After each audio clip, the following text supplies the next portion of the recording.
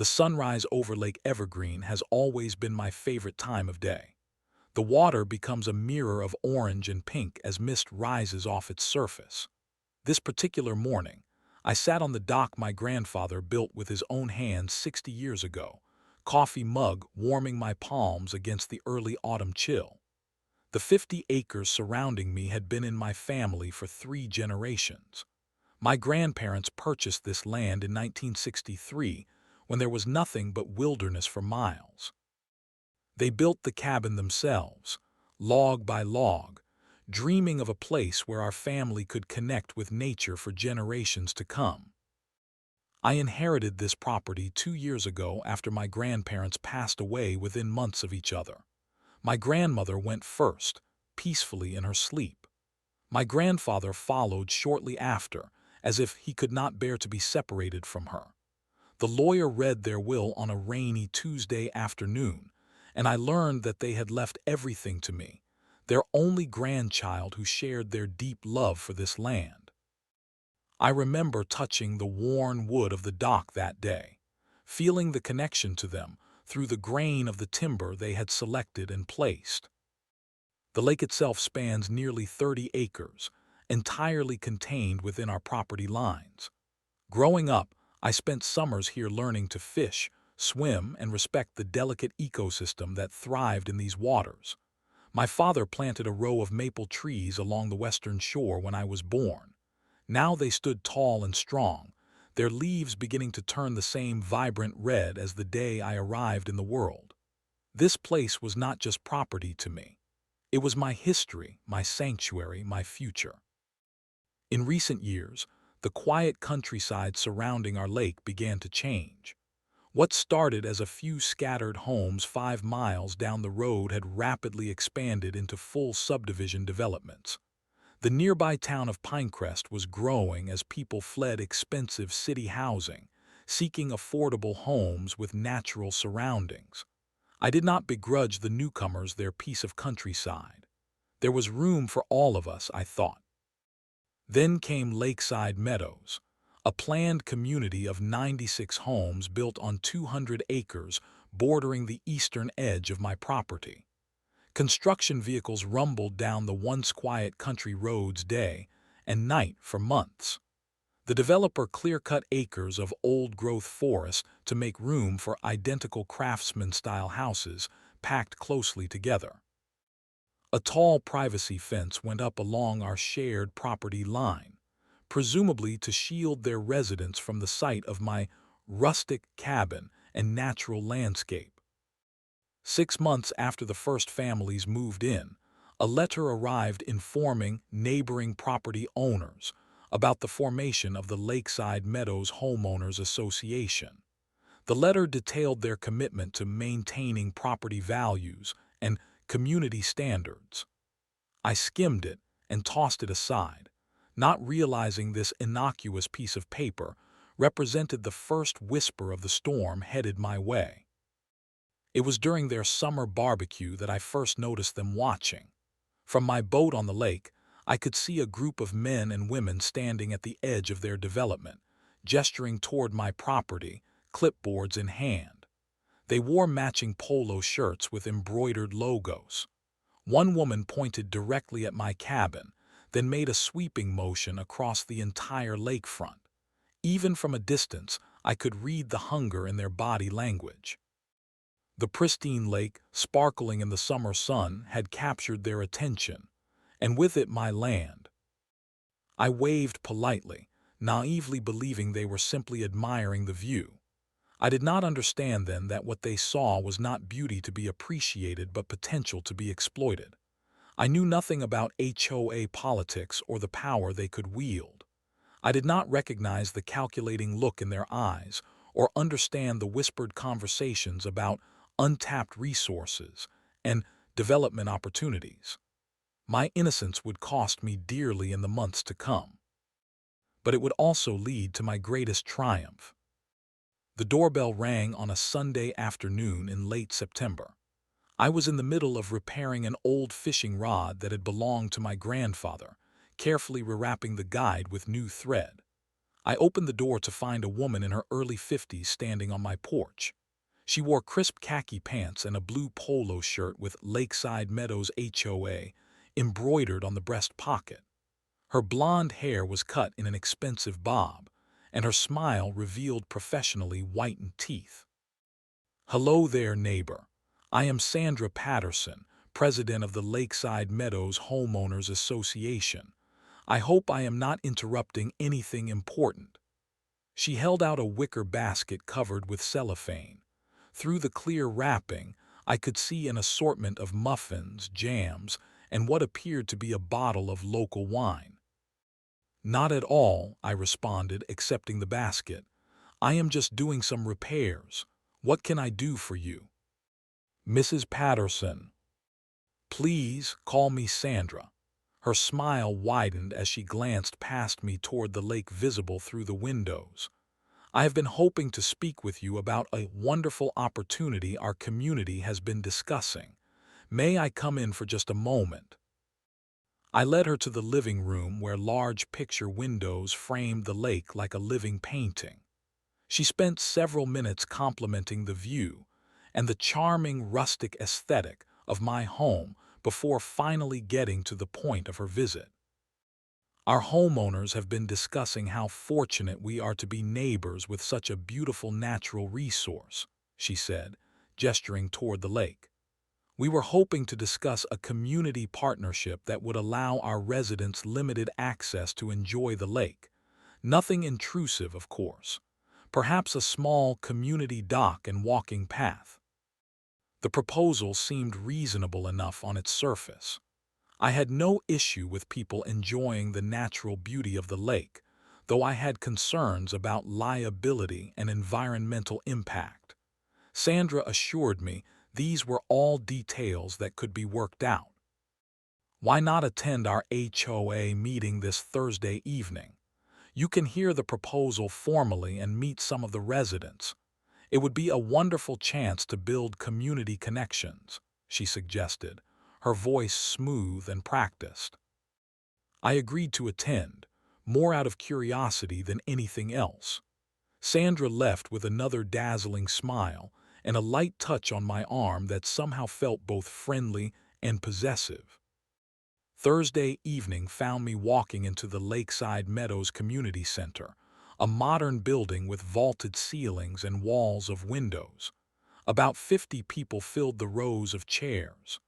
The moment I entered, the buzz of conversation diminished, and I felt dozens of eyes studying me with undisguised interest. Sandra waved me toward an empty seat in the front row. The meeting began with routine business: approval of previous minutes, discussion of a new community garden project, and complaints about unauthorized yard decorations.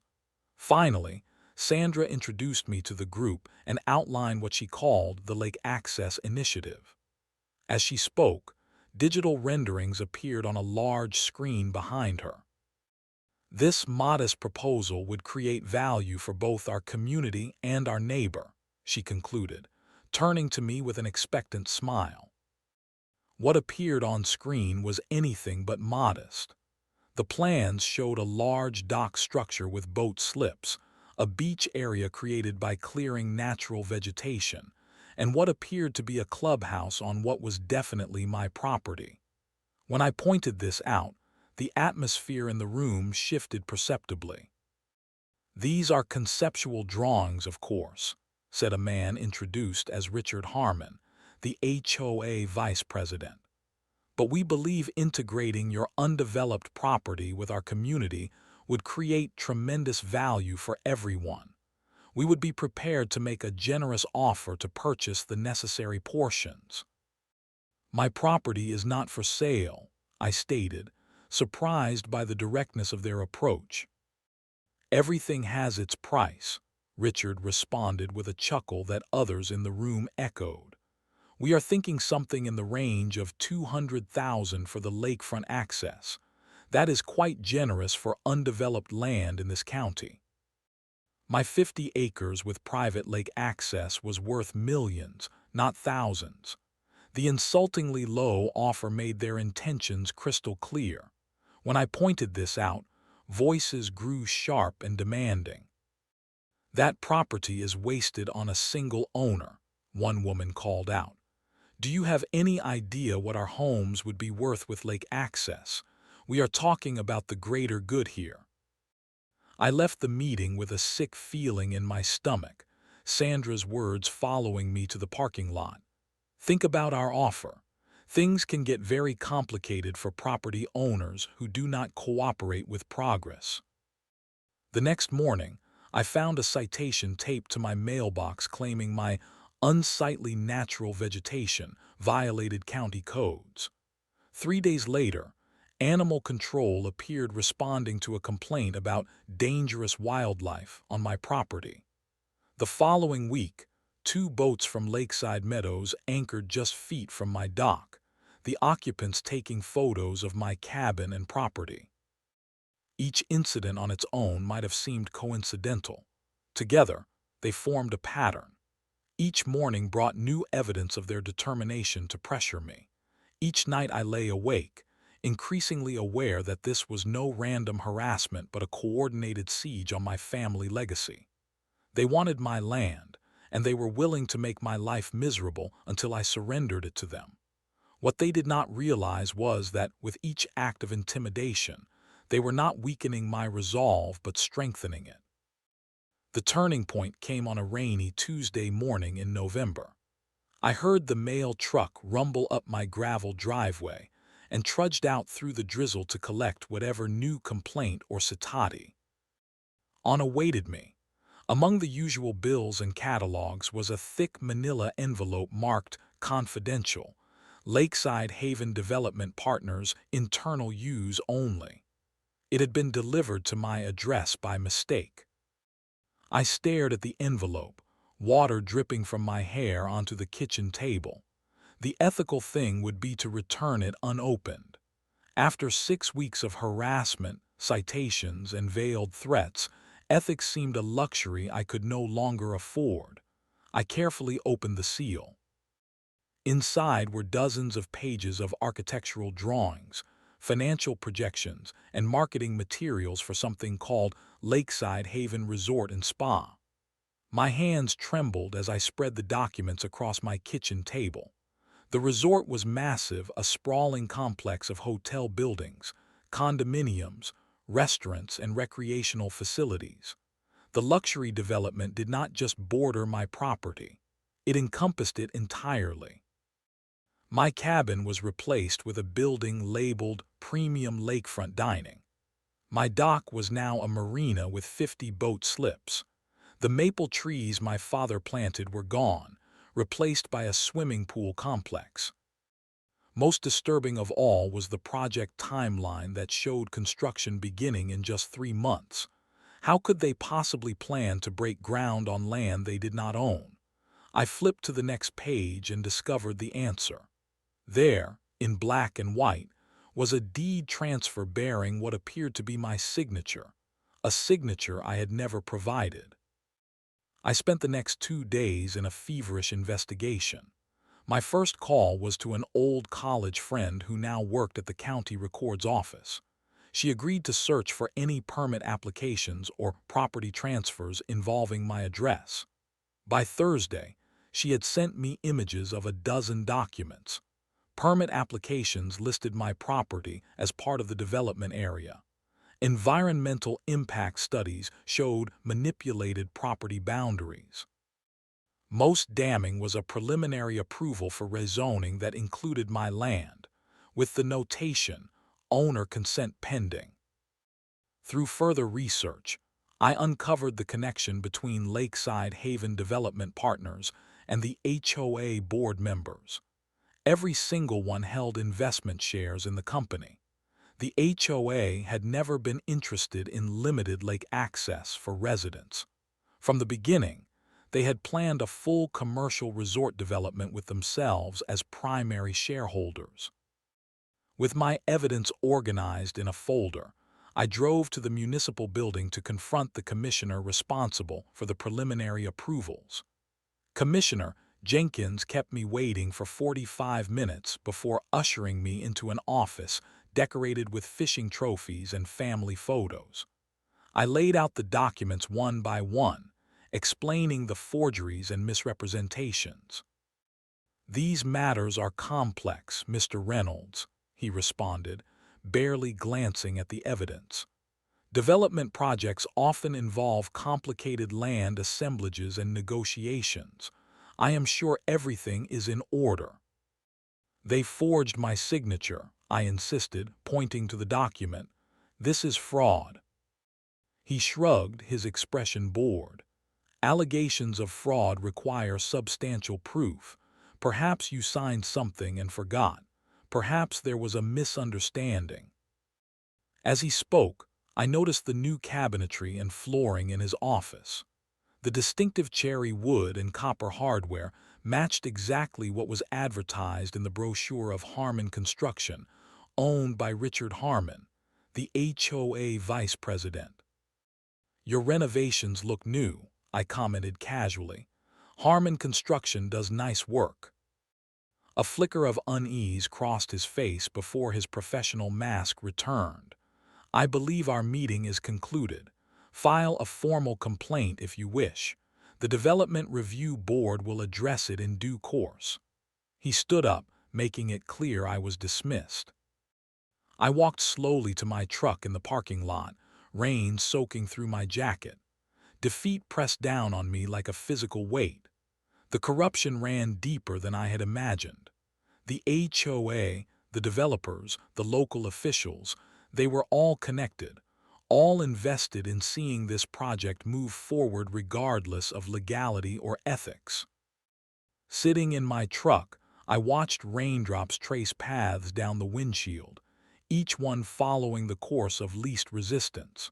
That was what they expected of me, to follow the path of least resistance, to surrender in the face of their power and connections. The weight of helplessness threatened to crush me. Then something shifted. The helplessness crystallized into something harder, clearer. A cold resolution filled the space where defeat had been moments before. They had made a critical miscalculation. They saw my quiet life and my solitary home and mistook them for weakness. They assumed I would be an easy target, that I would eventually break under their pressure and sell for whatever pittance they offered. They had underestimated me. They had underestimated what this land meant to me. Most critically, they had underestimated what I was capable of when pushed too far. They had brought bulldozers and blueprints to what they thought was an easy victory. I would bring something far more powerful: the truth, the law, and a determination they could not begin to comprehend. As I started my truck and pulled away from the municipal building, I was no longer running from their power. I was preparing to confront it with everything I had. They wanted a war for my land. I would give them one they never expected. My dining room transformed into a war room overnight. The large oak table where my family once gathered for holiday meals now disappeared beneath stacks of legal reference books, county maps, and printouts of development codes. My laptop screen glowed with satellite images of my property and the surrounding area as I traced property lines and watershed boundaries with digital markers. I began with research, spending 16 hours a day learning everything I could about property law, water rights, and development regulations. I discovered that in our state, riparian water rights dated back to territorial days, and bodies of water contained entirely within private property carried special protections. My grandfather, always meticulous, had filed comprehensive water rights documentation when he purchased the property.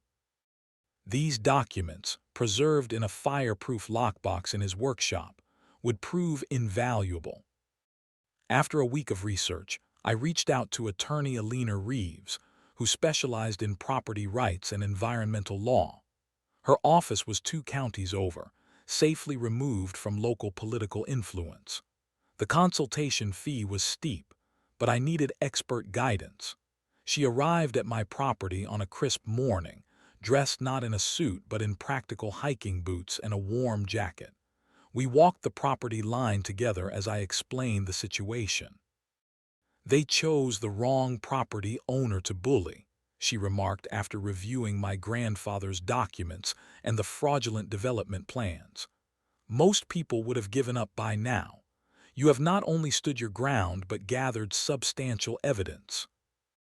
Under her guidance, our strategy unfolded with chess-like precision. "The key is not just to fight their development but to create a better alternative," she explained. "Right now, they control the narrative. We need to change that."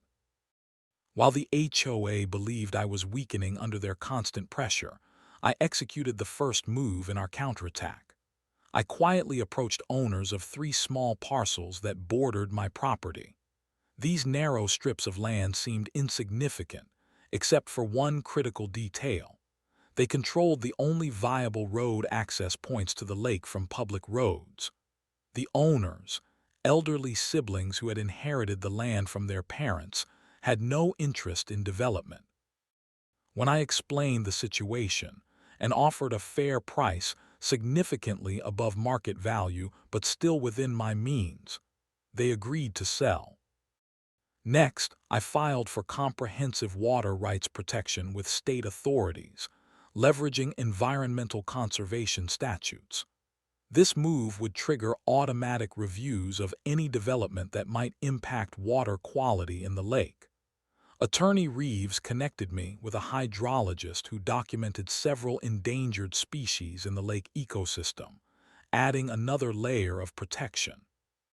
Most crucially, I began discreet meetings with competing developers, not to sell my property, but to understand its true market valuation and development potential. These seasoned professionals confirmed what I suspected. The HOA's lowball offers represented pennies on the dollar compared to the land's actual value. More importantly, they educated me about sustainable development models that could preserve natural resources while still creating economic value.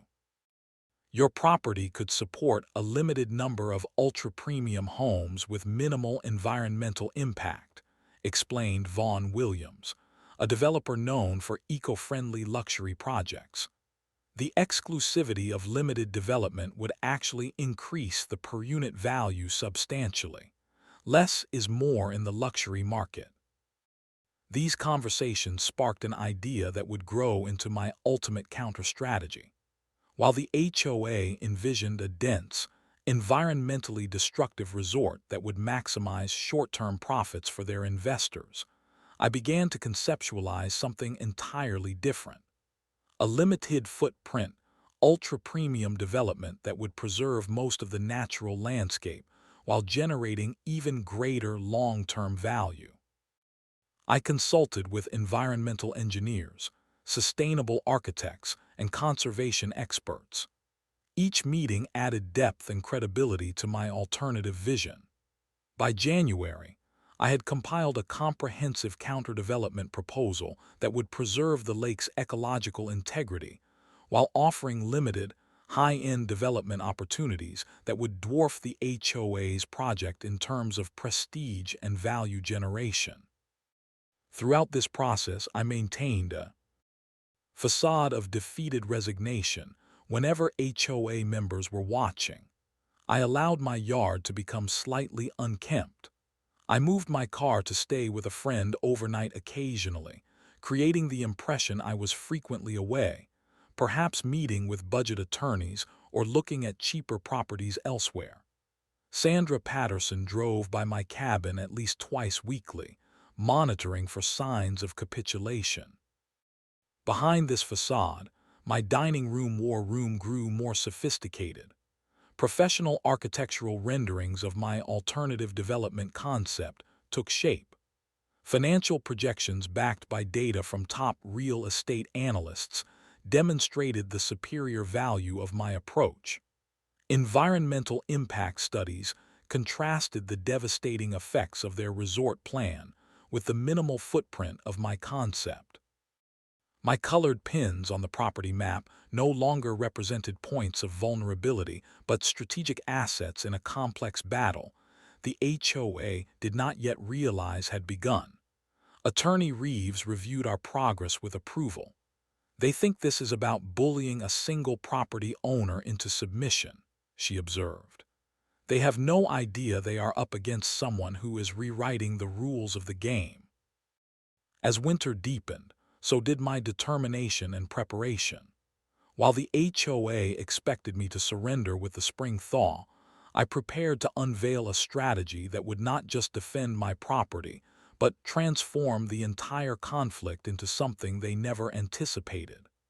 They had brought intimidation tactics to a chess match, never realizing I was positioning my pieces for a move they would never see coming. The county courthouse steps felt unexpectedly empowering as I climbed them on a cold February morning. Under my arm were 3 accordion folders containing meticulously organized evidence, each document representing countless hours of research and preparation. Attorney Reeves walked beside me, her confident stride bolstering my resolve. Today marked our transition from defense to offense. Inside, we filed formal complaints targeting the HOA's fraudulent activities, forged signatures on permit applications, falsified environmental impact studies, and documented harassment constituting coercion. The clerk's eyebrows rose progressively higher as she stamped each form and added it to the growing stack. "These are serious allegations," she murmured, glancing at the names listed as defendants. I recognized the flicker of recognition when she saw Commissioner Jenkins' name among the officials cited for ethical violations. "Yes, they are," I responded simply. "That is why we have documented everything so thoroughly." That afternoon, Attorney Reeves implemented the next phase of our strategy. Rather than sending cease and desist notices by certified mail, she delivered them personally to each HOA board member's home. The psychological impact of having legal documents hand-delivered by a stern attorney in a professional suit was precisely the effect we sought.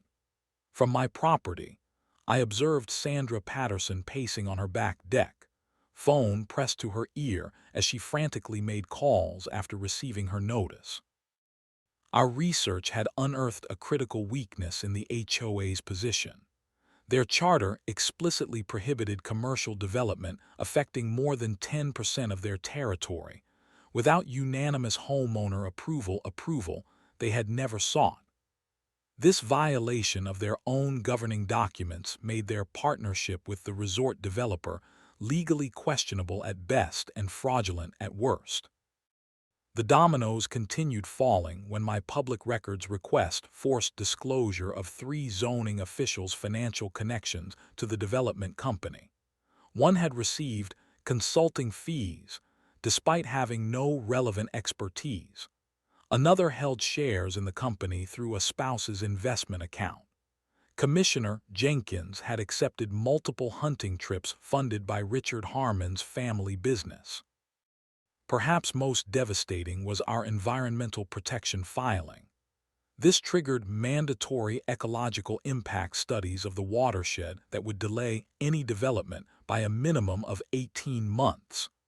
The state environmental agency, operating independently from local officials, sent investigators to collect water and soil samples from the property boundary within days of our filing. The local news station caught wind of the story through a tip from an anonymous source. Actually, a paralegal in Attorney Reeves' office with connections to the media. Cameras captured Sandra Patterson's stunned expression outside the municipal building as a reporter questioned her about documentation inconsistencies. Her practiced smile faltered as she offered no comment and hurried to her luxury SUV. HOA development deal under investigation ran as the lead story on the evening news. By morning, residents of Lakeside Meadows were calling emergency HOA meetings, demanding explanations about why their community was suddenly associated with allegations of fraud and corruption. The temporary injunction arrived like the first ray of sunrise after the darkest night. a judicial order halting all development activities pending full investigation of our allegations. Judge Martha Hempstead, known for her strict interpretation of environmental regulations, issued the order with specific language prohibiting any preparatory work on or adjacent to the protected watershed. That evening, I stood on my dock watching the sunset paint the lake in gold and crimson. For the first time in months, I allowed myself a genuine smile. The battle was far from over, but the terrain had shifted dramatically. The HOA board members who had once swaggered onto my property with demands and threats now found themselves answering uncomfortable questions from their own residents and local authorities. "We have them on the defensive," Attorney Reeves confirmed during our evening call. "They will try to discredit you, claim this is a misunderstanding, or offer a slightly better deal. Be prepared." She was right. The next morning, Sandra Patterson and Richard Harmon appeared at my door, their expressions a forced blend of conciliation and contained frustration. They proposed a compromise. They would reduce the scale of their resort and increase their purchase offer to $1 million, approximately one-fifth of the property's actual value. "We can make this unpleasantness go away," Sandra suggested, her voice honey-sweet but her eyes cold. "All these legal proceedings are just wasting everyone's time and money." "I disagree," I replied calmly. "The legal system exists precisely for situations like this. I believe I will let the process continue." Their facade of friendliness crumbled as they realized I would not be intimidated or bought off. Richard's face flushed with anger as he pointed a finger at me. "You have no idea who you are dealing with. We have connections you cannot imagine." "Actually," I responded, opening the door to indicate our meeting was concluded, "I believe you are the ones who had no idea who you were dealing with. That is becoming clearer every day." For the first time since this conflict began, they were playing on my terms, reacting to my moves rather than dictating the game. As their luxury SUV pulled away, I returned to my dining room war room to prepare for the next phase, one that would transform this battle from a defensive stand into something they never expected. The state capitol building imposed its grandeur against the clear blue April sky. I straightened my tie in the reflection of the polished brass doors before entering the conference room where I would present my alternative development vision. The weeks of preparation had been intense as I consulted with sustainable development experts, conservation planners, and financial analysts to refine my concept into a comprehensive proposal backed by data and expertise.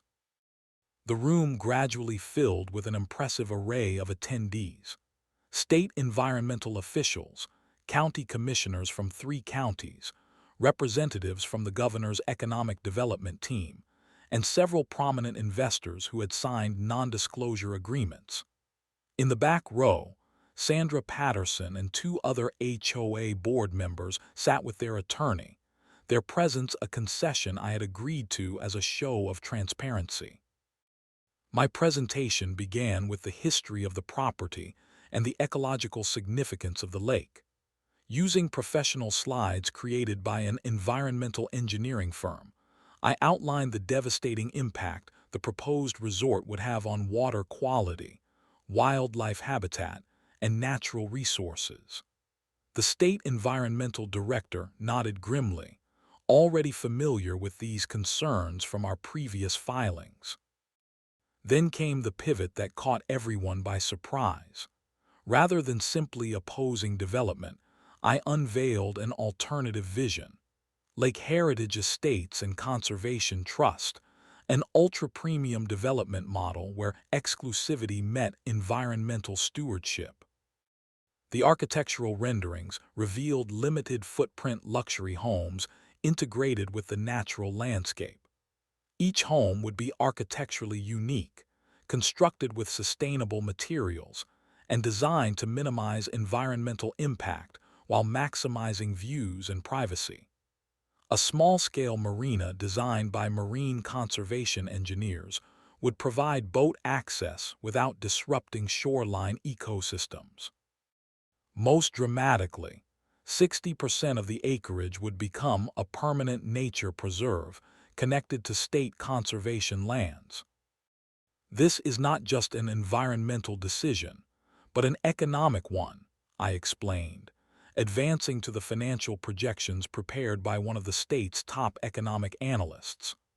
Ultra-exclusive, limited inventory luxury properties consistently outperform dense developments in long-term value generation and tax revenue. The numbers told the story convincingly. Property values would quadruple initial investment based on unparalleled exclusivity and environmental credentials. Tax projections showed state and local governments would receive 5 times more revenue from my sustainable model than the HOA's conventional resort plan over a 20-year period. My partnership with the National Heritage Foundation guaranteed permanent protection for 60% of the acreage, while creating the region's largest private nature reserve open for limited educational access. This addressed both environmental concerns and public interest considerations. As I concluded the presentation, the room fell silent for a moment before erupting in discussion. The state environmental director was the first to speak. This is precisely the kind of forward-thinking development model we have been advocating for years. It preserves critical watershed protections while generating economic growth. The economic development representative nodded in agreement. The luxury market segment you are targeting aligns perfectly with our state's strategic plan to attract high-net-worth residents and sustainable industries. Questions came rapid fire for nearly an hour as officials explored various aspects of the proposal. I had anticipated most concerns and addressed them with well-researched responses and supporting documentation. Through it all, the HOA representatives sat in stunned silence. Their resort concept, once presented as inevitable progress, now appeared crude and destructive by comparison. When Sandra finally spoke, her objection sounded hollow even to her own ears. This is simply a delay tactic. Our plan already has preliminary approvals. Preliminary approvals obtained through documented irregularities, the county commissioner interjected, distancing himself from his previous support of their project. I believe this new concept merits serious consideration. Outside the conference room, local news crews waited. Environmental groups that had organized to protest development now held signs supporting the conservation-focused alternative. As cameras flashed and reporters called questions, I provided brief, measured responses about sustainable development and ecological responsibility. The most telling moment came as we left the building. Several Lakeside Meadows residents approached me, not with hostility but with expressions of support. "We bought there because we love nature," one woman explained. "We never wanted a massive resort. This plan preserves what made us want to live there in the first place." In the space of a 3-hour presentation, I had transformed from villain to visionary in the public narrative. More importantly, I had created a path forward that protected my family legacy while offering something of genuine value to the community and region. The HOA board members retreated to their vehicles, their leverage evaporating as their own community members approached me with personal endorsements. The battle was not over, but the momentum had shifted decisively. My vision was no longer just a defensive strategy. It had become a compelling alternative that attracted support from across the political and economic spectrum.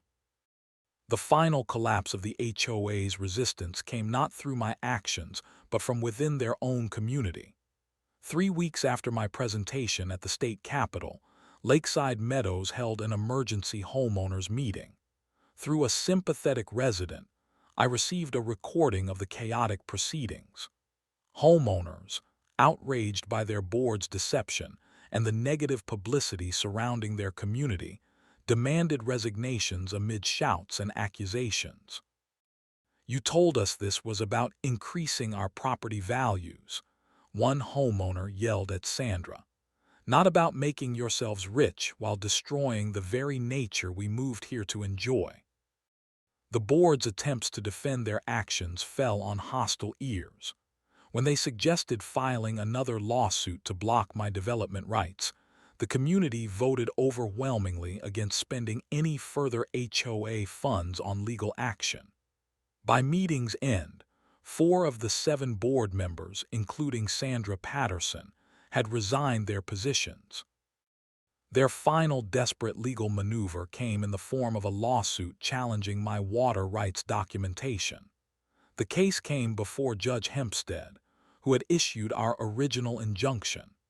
After reviewing the century-old water rights statutes and my grandfather's meticulous documentation, she dismissed the case with prejudice and issued a rare judicial rebuke.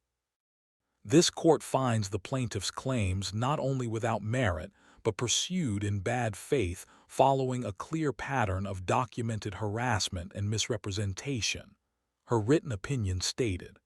Further similar actions may result in sanctions. What began as a local property dispute had transformed into a showcase for next-generation sustainable development. News coverage expanded from local outlets to national publications. A feature in Architectural Digest highlighted the innovative ecological design concepts. The Wall Street Journal ran an analysis of the economic model, citing it as a potential template for luxury development in environmentally sensitive areas nationwide. International attention brought unexpected interest. Acquisition offers for the development rights escalated beyond all expectations. What the HOA had valued at mere millions now commanded interest from sovereign wealth funds and environmentally conscious celebrities. Development rights for the 40% of the property designated for limited construction became the subject of an unprecedented bidding war. The winning bid came from a European-Asian investment consortium specializing in ultra-premium sustainable developments. $3.8 billion for the development rights, with binding commitments to adhere to the environmental protection framework I had established. The figure made headlines nationwide and sent shock waves through the luxury real estate market. Under the final agreement, I retained ownership of my family's original cabin and surrounding 20 acres as personal legacy property. The lake itself and its immediate shoreline came under the protection of a conservation easement that would preserve it in perpetuity. Most satisfying was the establishment of the Lakefront Justice Foundation, with a $50 million endowment from the proceeds, dedicated to helping other property owners fight predatory development practices. The foundation's first headquarters, the former Lakeside Meadows HOA Community Center, purchased at a steep discount after property values temporarily collapsed when residents fled the scandal-plagued association. Many homeowners sold at losses and moved away, unable to face the embarrassment of association with the failed scheme. Richard Harmon was indicted on charges of fraud and corruption. Sandra Patterson avoided criminal charges but faced multiple civil lawsuits from former neighbors. Commissioner Jenkins resigned his position after the State Ethics Commission launched an investigation into his relationship with developers. The construction materials for my foundation headquarters were not supplied by Harmon Construction. 1 year after the sale closed, I stood on my grandfather's dock watching families enjoying limited, permitted access to the lake's shore, now protected in perpetuity. The development rising in the distance bore little resemblance to the HOA's garish resort plans. Architectural masterpieces of glass and sustainable materials nestled among preserved trees, nearly invisible from most angles. The development had already been featured in sustainability magazines and won international design awards. A kayaker paddled past, waving respectfully before continuing his peaceful journey across the protected waters. The maple trees my father planted had survived, their roots secure in land that would remain in our family for generations to come. My grandfather's workshop still stood where it had for 60 years, though now it housed historical documents about the property and the battle to save it. A small museum of sorts for the occasional educational tour permitted under the conservation easement. What began as an attempt to bully me off my land had transformed into something nobody could have predicted. The HOA had seen only the short-term profit potential of a conventional resort. I had recognized the true value of preservation combined with limited, thoughtful development. The difference between those visions was measured not just in billions of dollars,